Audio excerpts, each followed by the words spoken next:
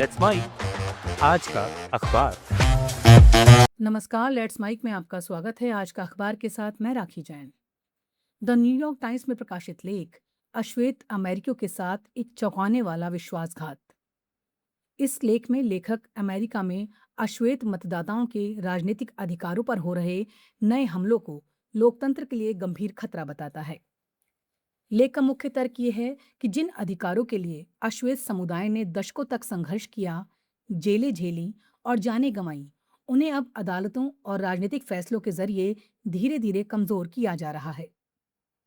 लेखक के मुताबिक हाल के वर्षों में सुप्रीम कोर्ट ने वोटिंग राइट्स एक्ट की ताकत कम कर दी है, जिसके बाद दक्षिणी राज्यों में रिपब्लिकन सरकारें ऐसे चुनावी नक्शे बना रही हैं जो अश्वेत मतदाताओं की सामूहिक राजनीतिक शक्ति को कमजोर कर दें। लेख बताता है ये केवल अश्वेत समुदाय का मुद्दा नहीं है, बल्कि पूरे अमेरिकी लोकतंत्र का सवाल है। जब किसी समुदाय के वोटों का प्रभाव जानबूझकर कम किया जाता है, तो लोकतंत्र में प्रतिनिधित्व और जवाबदेही दोनों कमजोर पड़ते हैं। लेखक कई उदाहरणों के जरिए दिखाता है कि टेनेसी, लुइजियाना, अलाबामा, जॉर्जिया और मिसिसिपी जैसे राज्यों में चुनावी सीमाओं को इस तरह बदला जा रहा है कि अश्वेत बहुल इलाकों का राजनीतिक असर बिखर जाए और कांग्रेस में उनकी आवाज कम हो जाए। लेख में नागरिक अधिकार आंदोलन के पुराने संघर्षों की याद भी दिलाई गई है। खास तौर पर उन लोगों का जिक्र है जिन्होंने 1960 के दशक में वोटिंग अधिकारों के लिए लड़ाई लड़ी थी। लेखक कहता है, आज वही पीढ़ी ये देखकर दुखी है कि जिन उपलब्धियों को हासिल करने में पूरी जिंदगी लग गई, उन्हें फिर से पीछे धकेला जा रहा है। कई बुजुर्ग अश्वेत नागरिकों को लगता है कि इतिहास किसी न किसी रूप में खुद को दोहरा रहा है। लेख का एक महत्वपूर्ण संदेश ये भी है, ये संकट केवल अदालतों या राज्य सरकारों की वजह से नहीं आया, बल्कि राष्ट्रीय राजनीति की भी इसमें भूमिका है। लेखक के अनुसार सुप्रीम कोर्ट के फैसलों, ट्रंप समर्थित राजनीतिक रणनीतियों और डेमोक्रेटिक पार्टी की कमजोर प्रतिक्रिया ने मिलकर ऐसी स्थिति पैदा की है, जिसमें लाखों मतदाताओं की राजनीतिक ताकत कम होती दिखाई दे रही है। इसलिए ये संघर्ष अब केवल चुनावी नक्शों का नहीं, बल्कि अमेरिकी लोकतंत्र की आत्मा और समान नागरिक अधिकारों के भविष्य का संघर्ष बन गया है। कुल मिलाकर ये लेख चेतावनी देता है कि अमेरिका में लोकतंत्र की सबसे बड़ी कसौटी यही है कि क्या हर नागरिक की आवाज बराबर महत्व रखती है या नहीं। लेखक का मानना है कि अगर अश्वेत मतदाताओं की राजनीतिक शक्ति को व्यवस्थित रूप से कमजोर किया गया, तो इसका असर सिर्फ एक समुदाय तक सीमित नहीं रहेगा, बल्कि पूरे लोकतांत्रिक ढांचे पर पड़ेगा। यही वजह है कि वो इसे अश्वेत अमेरिकियों के साथ ही नहीं, बल्कि अमेरिकी लोकतंत्र के साथ भी एक बड़ा विश्वासघात मानता है। Marketing strategy, corporate stories, brand building ideas, marketing case studies और इनोवेशंस एक अलग पर्सपेक्टिव से, जो आपने कभी नहीं सुना होगा। Let's mic more than radio लेकर आ रहा है एक ऐसा ही unique show for all marketing aspirants, professionals, startups, entrepreneurs, every Saturday at 11 a.m. The Marketing Show with Dr. Shekhar Trivedi, streaming exclusively on Let's Mic app and YouTube channel. इसे radio पर सुनने के लिए डाउनलोड करें Let's Mic app और visit www.letmic.com. Let's Mic, अब खबरें radio app पे, ये है मोर देन रेडियो। द गार्जियन में प्रकाशित संपादकीय ब्रिटेन के पहले चित्रांकन केंद्र पर गार्जियन की राय, दृश्य साक्षरता और चित्रों की दुनिया का आनंद भी उतना ही महत्वपूर्ण है। इसमें एक ऐसी कला रूप की चर्चा की गई है जिसे हम बचपन से देखते और पसंद करते हैं, लेकिन अक्सर उसका महत्व उतना नहीं समझते। संपादकीय का केंद्र लंदन में खुले ब्रिटेन के पहले राष्ट्रीय सेंटर फॉर इलस्ट्रेशन पर है, जिसकी कल्पना मशहूर चित्रकार और लेखक सर क्वेंटिन ब्लैक ने की है। लेख का कहना है कि आखिरकार चित्रांकन यानी इलस्ट्रेशन को वो सम्मान मिलने लगा है जिसका वो लंबे समय से हकदार था। संपादकीय समझाता है कि बच्चों की दुनिया में किताबों के चित्र केवल सजावट नहीं होते, बल्कि वो कहानी को समझने और महसूस करने का माध्यम बनते हैं। कई बार बच्चे पढ़ना सीखने से पहले चित्रों के जरिए ही किताबों से जुड़ते हैं। यही वजह है कि Alice in Wonderland, the BFG या द ग्रेवेलो जैसी कहानियों के पात्र केवल शब्दों से नहीं बल्कि चित्रों की वजह से भी हमारी यादों में बस जाते हैं। लेखक का कहना है कि चित्र भी एक भाषा है और उन्हें समझने की क्षमता यानी विजुअल लिटरेसी आज के दौर में बेहद जरूरी है। लेख ये भी बताता है कि चित्रांकन केवल बच्चों की किताबों तक सीमित नहीं है।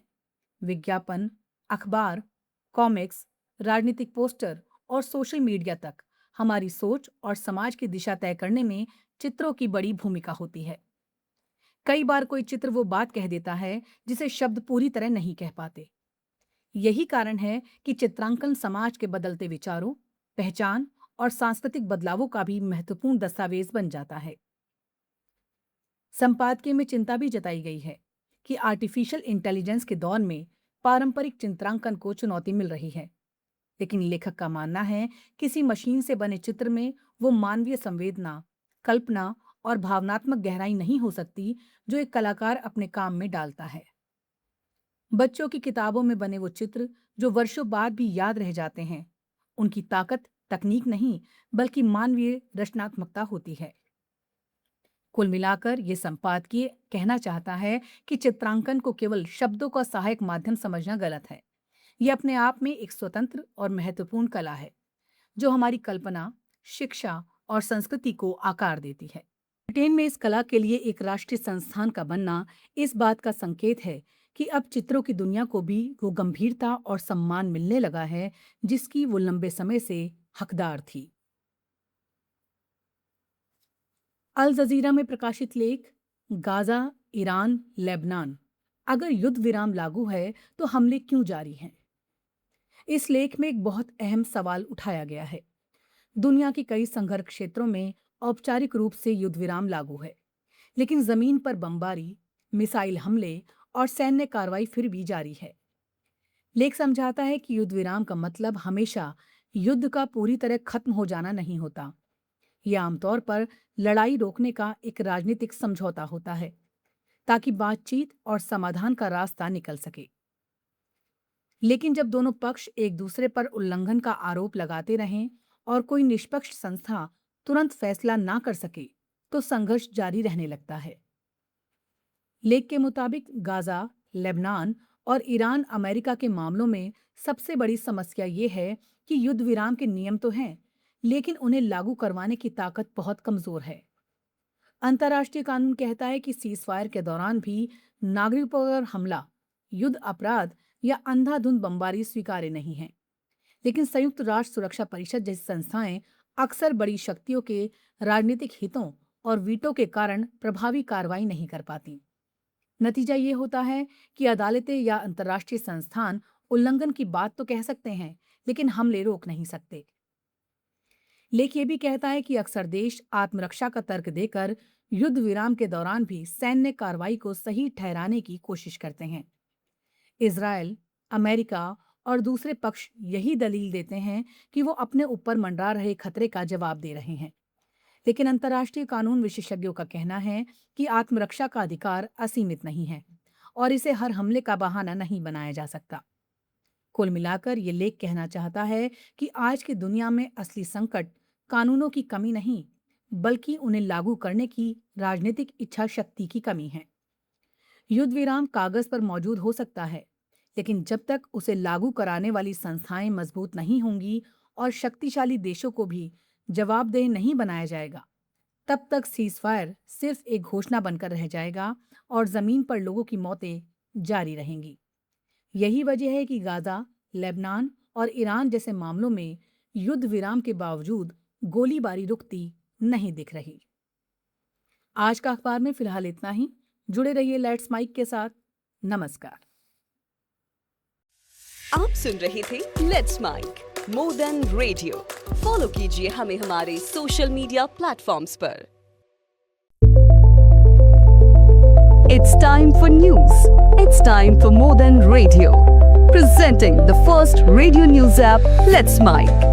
Let's Mic, a news-based app on your phone where you get to watch and listen news, talk shows, interviews, radio show podcasts. On Let's Mic, you get all relevant information of TV,